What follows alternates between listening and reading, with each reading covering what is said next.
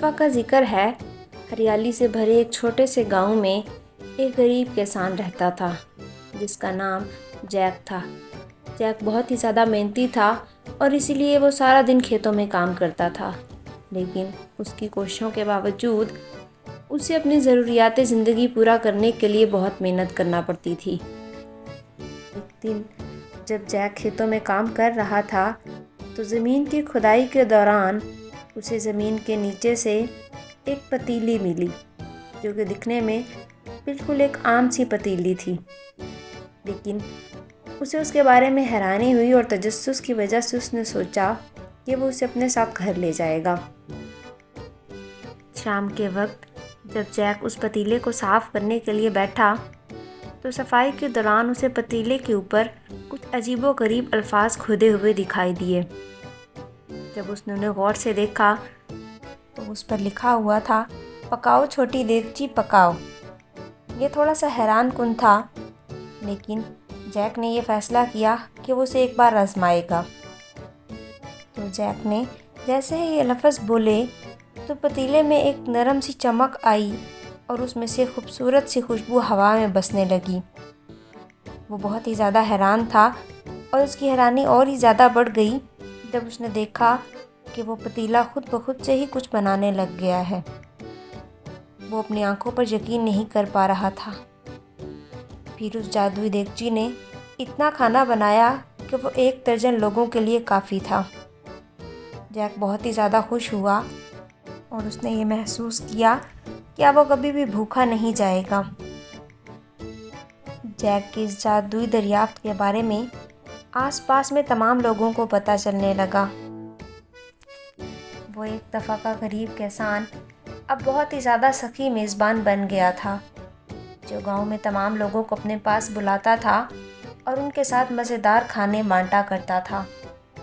گاؤں والے جیک کے گھر آتے تھے اور اس جادوئی پتیلے کے بنے کھانے کھا کر بہت ہی زیادہ حیران ہوتے تھے، اور اس طرح جیک کا گھر اب تمام لوگوں کے لیے وہ جگہ بن چکا تھا جہاں انہیں لذیذ کھانے اور گرمائش کی فراوانی ملتی تھی۔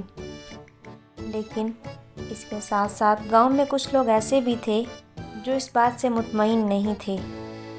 وہ بہت ہی زیادہ لالچی تھے اور اسی وجہ سے وہ پتیلا اس سے لینا چاہتے تھے اور اسے اپنے لیے استعمال کرنا چاہتے تھے۔ انہوں نے ایک بڑے ہی لالچی آدمی جس کا نام مسٹر گرمبل تھا، اس کو اپنے ساتھ لیا اور جیک کے پاس پہنچے۔ ان کے دلوں میں بغض تھا، لیکن انہوں نے جیک سے یہ کہا کہ ہمیں اپنا جادوئی پتیلا ادھار دے دو۔ ہم یہ وعدہ کرتے ہیں کہ ہم اسے اچھے کے لیے استعمال کریں گے اور ہم چاہتے ہیں کہ اس سے ملنے والا کھانا باقی تمام گاؤں کے لوگ بھی کھا سکیں۔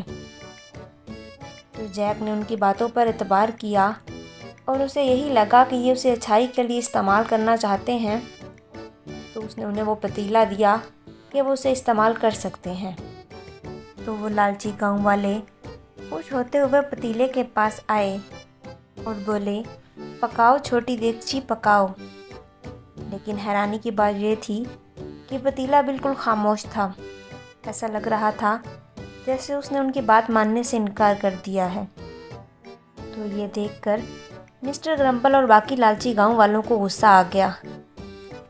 اس کے بعد انہوں نے کئی دفعہ کوشش کی کہ وہ کسی طرح سے اس سے کھانا بنوا سکیں، لیکن وہ جتنا زیادہ زور دے رہے تھے ایسا لگتا تھا پتیلا اتنا ہی ضدی ہو رہا ہے۔ آخرکار وہ مایوس ہو گئے اور اس جادوئی پتیلے کو وہیں چھوڑ کر وہاں سے چلے گئے۔ لیکن جیک نے جب یہ سب کچھ دوبارہ کیا تو پتیلا پھر سے کھانا بنانے لگا۔ تو جیک کو یہ بات سمجھ آ چکی تھی کہ شاید ان کی نیت ٹھیک نہیں تھی۔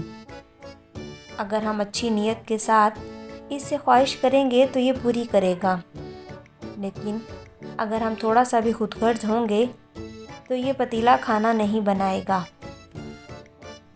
تو جیک یہ جان کر بہت ہی زیادہ خوش ہوا اور اس نے شکر ادا کیا کہ اس نے اس پتیلے کو اچھے کام کے لیے استعمال کیا ہے۔ اس دن کے بعد سے وہ اس جادوئی پتیلے کو نہایت ہی ذہانت کے ساتھ استعمال کرتا رہا اور وہ اس بات کا خیال رکھتا تھا کہ جادوئی پتیلے کا استعمال وہ صرف اور صرف اپنی ضروریات کے لیے نہ کرے بلکہ اس کے آس پاس موجود تمام غریب لوگ اس جادوئی پتیلے کے مزیدار کھانوں کو کھا سکیں۔